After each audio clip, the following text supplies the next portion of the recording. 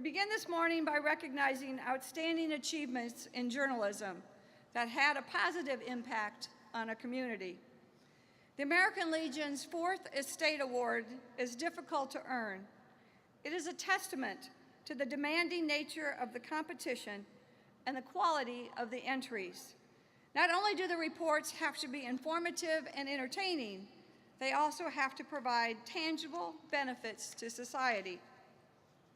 Being honored in the broadcast category is KARE-TV 11 Investigates of Golden Valley, Minnesota.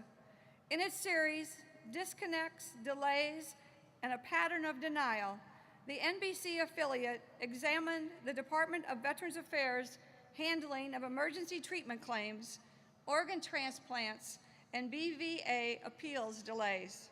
The series assists veterans with compensation, exposed previous hidden problems, was praised by members of Congress, and is prompting reform and improvement in policy. Please turn your attention to the video monitors. Is it faster to just deny? Always. Tonight, a VA insider speaks out, exposing how he says a quota system is sticking veterans with emergency medical bills they don't truly owe. It is the latest in a KARE 11 investigation into whether the VA is honoring our nation's contract to care for veterans. Here's investigative reporter A.J. Legault with a pattern of denial. And when you point out a story like I saw that you ran, I think it warrants looking at it. Congressman Tim Walz says he'd watched KARE 11's investigation that uncovered veterans being saddled with medical debt they should not owe after rushing to non-VA ERs during a medical emergency. The VA denied my claim, saying I was, more or less imprudent. Some even had their bills turned over to collection agencies. I paid the bill because it was already in collection. I didn't want that hurting my credit any more than what it already had. We're looking into it. I think after your report, we're going to ask, we'll ask the IG, as we always do, to look in a little deeper, see if this is systemic, and try and figure out how deep it goes. A whistleblower tells KARE 11 improper denials are systemic because VA staffers are pressured to review complex files in just minutes in order to meet their required quota, or as the VA labels it, production standards. We were told to pick and click and get them moving. You know for a 100% fact that there are claims being done incorrectly Yes. because you've done them incorrectly. Yes. This one came in from Mr. Rocky Waite, And we mentioned his case on air. sticking this veteran with a $1,200 bill. So he's now asking the question, hey, what should I do? The very next day, Kind of almost a miracle. Rocky got a voicemail from a VA official. So we'll get that paid for probably today. I'm sorry about the hassle you went through. The KARE 11 investigation getting results after repeated reports exposing how the VA was wrongly sticking veterans with medical bills they should not owe. A powerful member of Congress called for a federal investigation. Yeah, we've now learned the Inspector General is stepping in and launching a nationwide review. Tonight, the latest in the KARE 11 investigation, a pattern of denial. Was VA following its own rules? No, that was the point. They weren't following their own criteria. They weren't following their own requirements and policies. A federal government investigator describing how the VA was sticking veterans with emergency bills they should not owe. Those findings mirror what KARE 11 Investigates has been exposing for months. This is, again, one of those things that's just smart, all in the interest of the best care for our veterans. A key vote in Congress today aimed at fixing problems exposed by a KARE 11 investigation.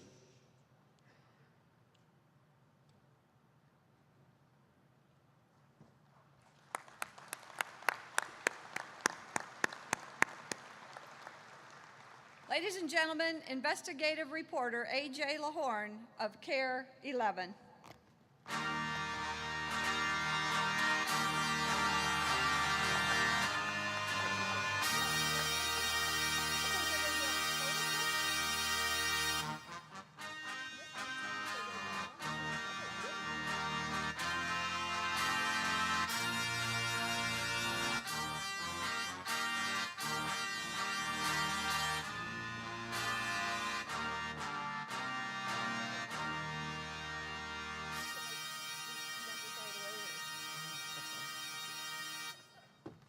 Good morning.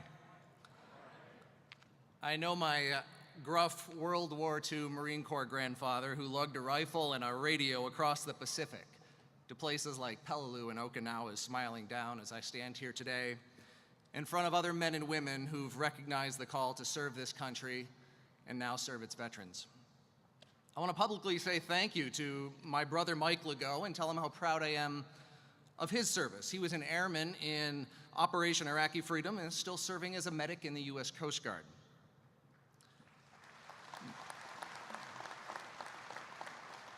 And thank you, American Legion, for this honor and for your long-standing recognition of the vital role journalism plays in this country that we all love. I have a quote I'd like to read to you. We've made mistakes. We haven't always used our power wisely. We've abused it sometimes and we've been arrogant. But as often as not, we recognized those wrongs, debated them openly, and tried to do better. And the good we've done for humanity surpasses the damage caused by our errors. Senator John McCain said that about our country. I think it applies equally to my chosen profession. There's a scripture verse in the Old Testament book of Micah that I try to apply to my life and my reporting. It says, "What does the Lord require of you but to do justice and to love mercy and to walk humbly with your God?" If my wife Sheila were here today, she'd tell you I need to work harder at that last part about being humble. But doing justice, loving mercy, apply that to journalism and you get what we do when we are at our best, seeking truth, giving a voice to those who don't have one. Among those whose voices we were able to share in our reporting was Bob Morris, a veteran from Avon, Minnesota, who just wanted someone to answer the phone when he called to get a date for his Agent Orange benefits hearing. Ben Krause, Rocky Wade, Richard Staub, Jerry Malwitz, and numerous other veterans shared how their emergency medical bills had been improperly denied, some even turned over to collection agencies through no fault of their own, because bureaucratic red tape placed performance metrics in front of patient care.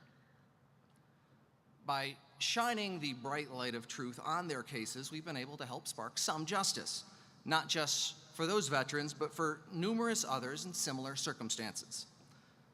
The voices of those Minnesota veterans were heard all the way to the halls of power in DC, and their message resulted in policy changes and even some new federal laws, sponsored by leaders on both sides of our great political divide. We've all heard the quotes lately that the press is the enemy of the people. It should come as no surprise that I don't agree with that sentiment. A reporter friend of mine, his name is Jeremy Hohola, he works in Denver, recently penned an essay about this issue that I think hits the nail on the head. I'm going to quote some of it. He wrote of journalists, "We are the enemies of corrupt officials, the enemies of fake news, the enemies of bad journalism, of public records deniers, of shady government contracts, of those who exploit the poor for profit, of scam artists who target grandma, of unjust and outdated laws, of bad businesses, of bogus charities, of lead-tainted water, dangerous building, crumbling bridges and roads, of lazy officials, of debilitating healthcare costs, of no help for people with mental illness, the enemies of broken promises, the enemies of stolen valor, the enemies of failing to care for veterans." Enemies of the people? No. I want to repeat that again. Enemies of the people? No. We, with you, are the people. And when at our best, provide a vital service as our nation's truth seekers. Like it says in the book of Micah, doing justice and showing mercy.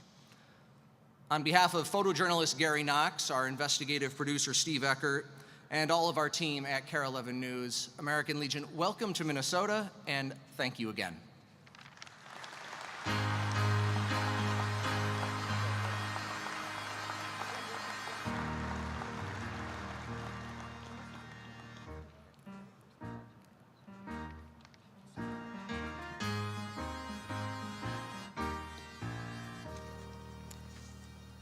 The Fourth Estate Internet New Media Award goes to a media outlet, Warhorse. The website exposed the scandalous private Facebook group, Marines United. Female veterans and service members were exploited by having their nude images posted on the group site without their knowledge or consent. Just as startling was the tolerance of this exploitation by military commanders and the site's nearly 30,000 followers. The reports prompted congressional action, and the Navy quickly issued an order prohibiting such behavior. Nearly 100 military commanders have been held accountable. Here's a look at some of our award winners' reports. Despite the phrase, the few, the proud, the Marines may be anything but proud this morning. Hundreds in its ranks appear to be caught up in a social media scandal, first brought to light by a veteran who's speaking out this morning. Mistrust rocking the Marine Corps following troubling allegations of cyber betrayal. Pictures of more than 24 naked women surfacing on a private Facebook page called Marines United, with almost 30,000 followers. The network allegedly solicited photos of female service members who were identified by their full name, rank, and duty station. Some of the photos apparently taken without the women's knowledge. More than 2,500 comments, which contained graphic language and condoned rape, was first revealed by the Warhorse, a nonprofit news organization run by Marine veteran Thomas Brennan. Brennan first found the photos scrolling through Facebook and recognized a former Marine. Seeing a woman that I knew, a woman that I'm friends with, inside of that Google Drive was really what sent it home for me. A Marine Corps spokesperson said it's deeply concerned about the allegations, adding this behavior destroys morale, erodes trust, and degrades the individual. This is a select group of criminals that are sexually exploiting people. But according to Brennan, this may be just the tip of the iceberg. Active duty Marine Lance Corporal Marissa Wytek, who spoke on the record but asked that we not show her face, says her photos ended up on Marines United and other sites multiple times in the last 6 months. Lawmakers now calling for an investigation. It's disgraceful. I mean, to treat fellow Marines, to treat fellow service members, people who are literally willing to do anything to protect this country, even die for this country, with such disrespect and such disregard. At least one Marine who took some of the offending photographs is no longer on active duty. It's not known how many active duty Marines and other service members were involved in the investigation. The Marines say they are investigating. That Facebook page has been taken down.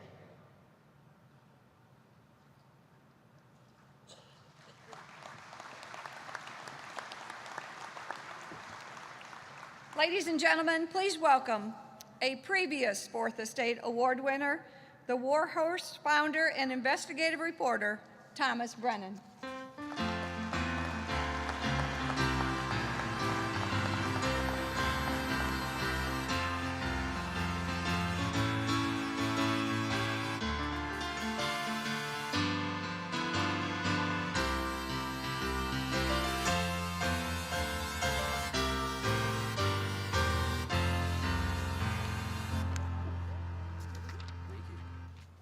I can't promise that my speech is going to be as good as the last one. That's kind of hard to follow up on.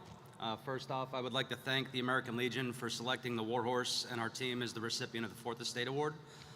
For those of you who don't know our newsroom, the Warhorse is an award-winning nonprofit newsroom that educates our nation on military service, war, and its impact on those who serve. Today marks the second time that I've stood at this podium for this honor.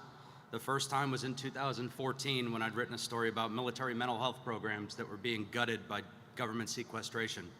This year, the Warhorse's work is being honored for uncovering sexual exploitation across the Defense Department. That work has changed military and federal law, and it's helped give voice to thousands of survivors of sexual violence across the military and veteran community. Military sexual trauma isn't included in the conversation about the Me Too movement. It should be. Journalists are defenders of democracy, which is something that he said before me. It's something veterans and journalists have in common, It's why I enlisted in the Marine Corps, and it's why I served 10 years before I was medically retired. It's exactly why I started the War Horse, and it's why I've committed my life to journalism. Our country's at a crossroads right now. Journalists now face threats of physical violence at home here in the United States. I thought that was something that I left behind in conflict zones. I implore you to defend the public's right to know the truth, to know that there is truth. Journalists challenge power and authority every single day. My hope is that everyone here today will stand up for journalists and to work and for the work that we dedicate ourselves to. We are not the enemy of the people, we are the people. We have been at war for 17 years now, 17 years in which service members have served and come home, if they're lucky to start their own families. 17 years in which service members who were children when we first invaded are now old enough to fight in the same war. And yet the public doesn't talk about these wars or those other conflicts in which we fight, not with the respect and attention and rigor that it deserves. 17 years of stories, largely untold. And so, reporting focused on military and veteran affairs is more important than ever. The first step for the War Horse was for us to publish journalism worthy of your attention and trust. I think we checked that box. Now we're going to maintain your trust. Again, I would like to thank the American Legion for recognizing us with this award. And lastly, I'd like to thank our team at the War Horse for all the hard work that they put into it and for allowing me to come here and accept this award on their behalf. Thank you.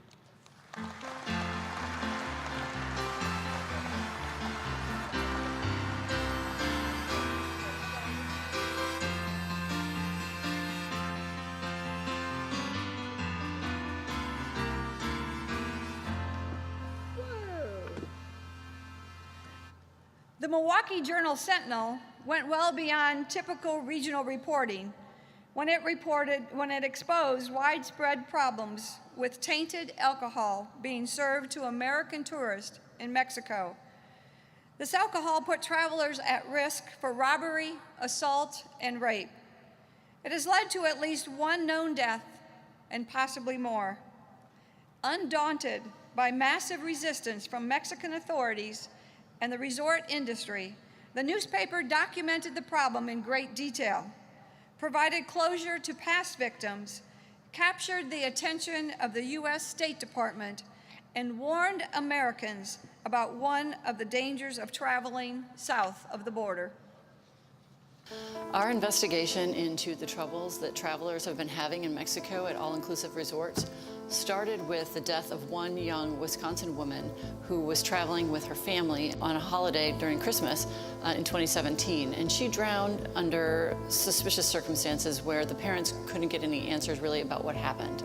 And once we wrote that story, I began to get many calls and many emails from people who said they had recently traveled to Mexico and had had small amounts of alcohol, sometimes literally one drink, and blacked out and awoke to find that they had been assaulted, robbed, some had been taken to jail. And it was just to me, it was very surprising. It's nothing I had ever anticipated. And what I kept hearing from people, though, were some common themes, and that was that they didn't get the reaction from the resort, the help from the resort that one would expect when you've been injured. A lot of times they were met with hostile resort workers, and they didn't get the police response that sometimes we've come to expect in the United States when we're injured. That does not happen typically in Mexico. They don't want to call the police, and you have to go out to the police if you want to file a report. And the other thing that we learned is that the hospitals would often not treat people unless they showed up with huge sums of cash in advance. So we just continued to hear troubles that tourists were having. And so as we wrote about those, one of the big questions was, how did people not know about this? Why is this such a surprise? Why haven't people been informed? And one of the things we learned is that TripAdvisor, a very popular website that travelers use when contemplating their plans, we found out had been taking down, had been deleting posts from people who had had trouble. Travel agents weren't warning tourists either when they were booking their trips, and that is a legal obligation that they have, both in the United States and in Canada, is to warn travelers about known risks. And then thirdly, we found that the State Department wasn't responding in ways that one would hope when you're traveling abroad. You always assume that if you are injured or die abroad, that the FBI or the US State Department, somebody will investigate and come advocate on your behalf. Since we've published these stories, a number of things have happened. TripAdvisor has begun to allow these terrifying experiences to be posted so travelers can be aware and they can read these experiences of others. And also the US State Department Office of Inspector General is investigating how the consular agencies have handled the cases in Mexico. So there has been progress. I will say, however, that I do continue to get new stories, new horror stories from people every week. So there's more to be done.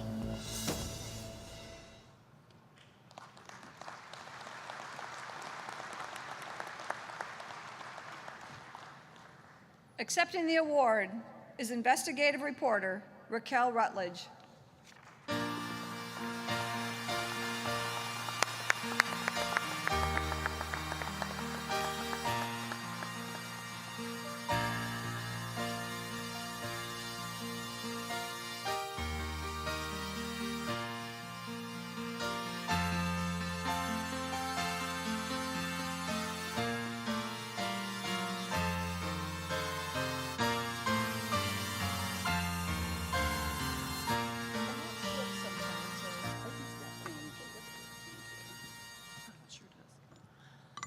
Thank you very much. I will say that is the heaviest award I've ever received.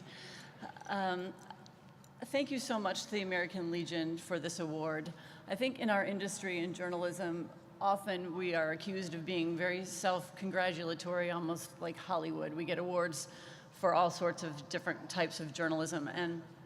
And in my early days, I used to sort of poo-poo that and say, you know, that's very narcissistic and we don't need those. But I want to tell you how much we do appreciate them and how important they are, not just for us individually, but as an organization, as news organizations. These awards mean more than you can imagine. They encourage our editors to continue this type of work. And this type of investigative work is expensive, and not many news organizations are able to do it. So when you draw attention to these stories, it does a number of things. First of all, it gets more eyes on our stories. And when you do that, so it increases awareness about the issues that we're writing about. And it encourages, like I said, our news organizations to pursue this type of work.